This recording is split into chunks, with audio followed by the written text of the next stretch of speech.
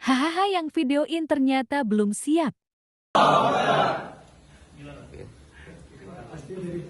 Oh iya guys, di sini orang ganteng mau lawat, hahaha. Nah, ini dia video yang sebenarnya ya guys.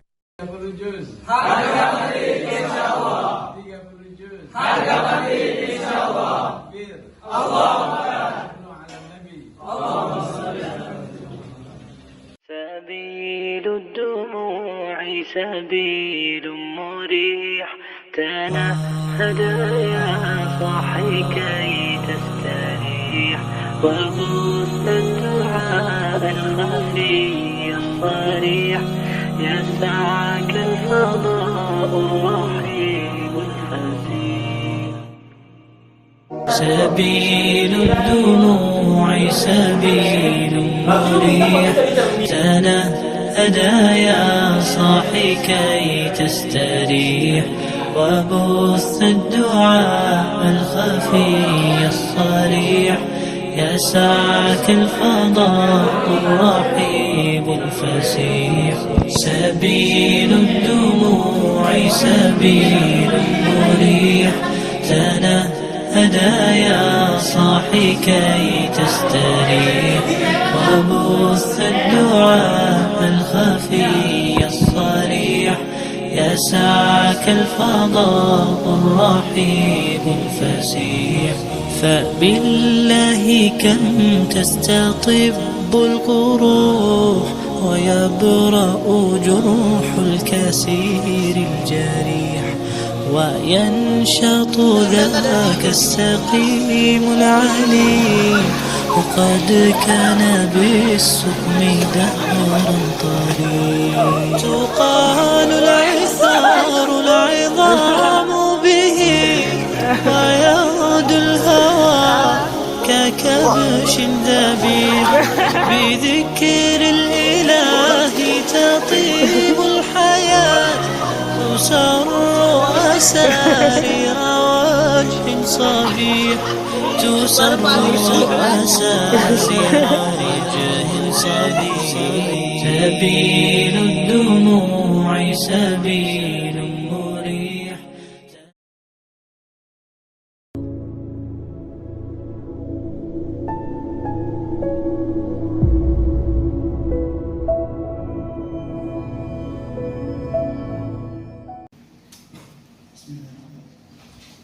Assalamualaikum warahmatullahi wabarakatuh. Alhamdulillahirabbil alamin wassalatu wassalamu ala asyrafil anbiya'i wal mursalin sayyidina Muhammadin wa ala alihi wa sahbihi ajma'in. Amma ba'du.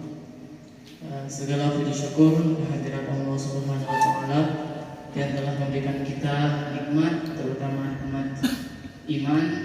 Kita semua sama-sama sebagai orang muslim sama-sama beriman bahwa Tuhan kita adalah Allah Subhanahu wa taala. Kita patut bersyukur atas hidayah dari Allah sehingga kita masih memiliki satu iman, yaitu iman tauhid kepada Allah Subhanahu wa taala. Shalawat beriring salam marilah kita sanjung agungkan kepada junjungan kita, suri tauladan kita, baginda Nabi Muhammad sallallahu alaihi wasallam.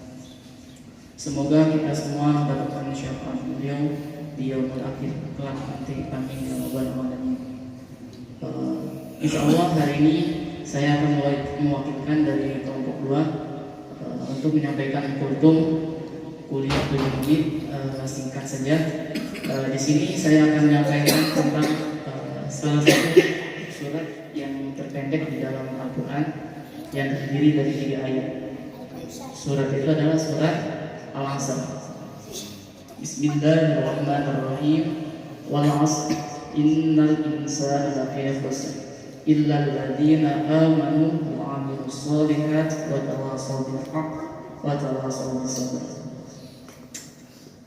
Imam Syafi'i pernah berkata, seandainya Al-Quran itu diturunkan hanya dengan surat Al-Asr, maka itu telah mencukupi. maka itu telah mencukupi.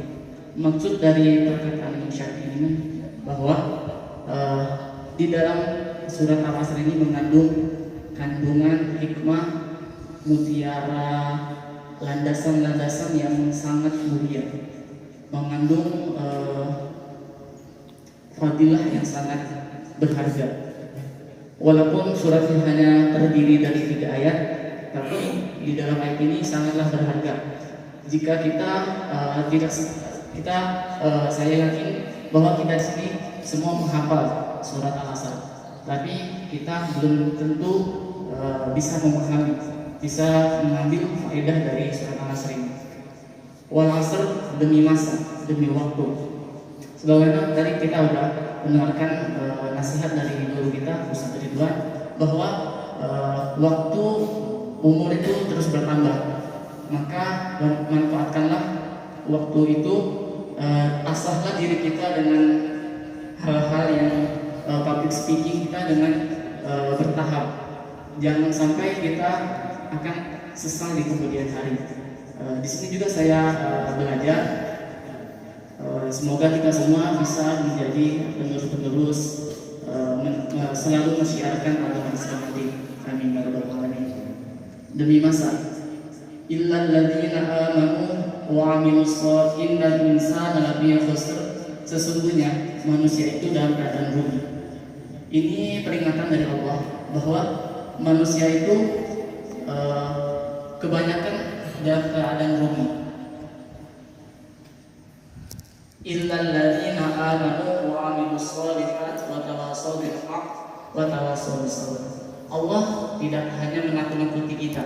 Allah tidak hanya menjustis kita bahwa kita manusia adalah orang yang rugi, tapi Allah juga memberi solusi bahwa manusia rata-rata adalah orang yang rugi. Tapi Allah masih tahu pengecualian, masih tahu kisi-kisi bahwa kita tidak akan rugi kalau kita melakukan 3 hal ini, yaitu illal ladzina amanu wa 'amilus shalihat wa tawassaw bil haqq wa tawassaw bis sabr. Yang pertama, illal ladzina amanu, kecuali yaitu orang-orang yang beriman. Yang kedua, wa 'amilus shalihat, kecuali orang-orang yang melakukan amal saleh. Yang ketiga, wa tawassaw bil haqq wa tawassaw bis sabr, saling menasihati dalam dalam kebenaran dan juga saling menasihati dalam kesabaran. Yang pertama itu iman. Jadi syarat untuk menjadi orang yang tidak merugi adalah memiliki satu iman, yaitu iman bertauhid kepada Allah Subhanahu wa taala. Yang kedua yaitu beramal soleh. Jadi kita kalau misalkan amal artinya pekerjaan tuh banyak, tapi ada yang pekerjaan yang baik, ada pekerjaan yang jahat, dan ada pekerjaan yang jelek, ada juga pekerjaan yang sia-sia. Maka Allah masih tahu nih bahwa ada amal yang akan membuat kita tidak rugi, itu amal soleh, amal yang baik. Yang ketiga yaitu saling menasihati. Setelah tahap pertama yaitu kita memiliki iman, tahap kedua kita melakukan amal soleh. Ini termasuk adalah soleh pribadi. Jadi kita memiliki sifat mensolehkan diri sendiri. Kemudian fadilah yang kedua yaitu wa tawassaw bil haqq wa tawassaw bis sabr, saling menasihati dalam kebenaran dan saling menasihati dalam kesabaran. Jadi yang kedua adalah soleh dalam sosial. Jadi kita tidak hanya soleh pribadi, tapi kita juga soleh sosial. Itu adalah saling menasihati. Kalau teman kita ada yang salah, teman kita ada yang melakukan kemungkaran, kita saling menasihati dalam kebenaran. Jadi intinya ada 3 tahap agar kita tidak termasuk orang-orang yang rugi. Yang pertama, kita memiliki iman yang sama, yaitu iman bertauhid kepada Allah Subhanahu wa taala. Yang kedua, kita selalu senantiasa melakukan amal soleh. Dan yang ketiga adalah kita saling menasihati dalam kebenaran dan dalam kesabaran. Demikianlah dari saya. Apabila ada salah kata, saya mohon maaf kepada Allah. Saya mengampun. Wabillahi taufiq wal hidayah. Wassalamualaikum.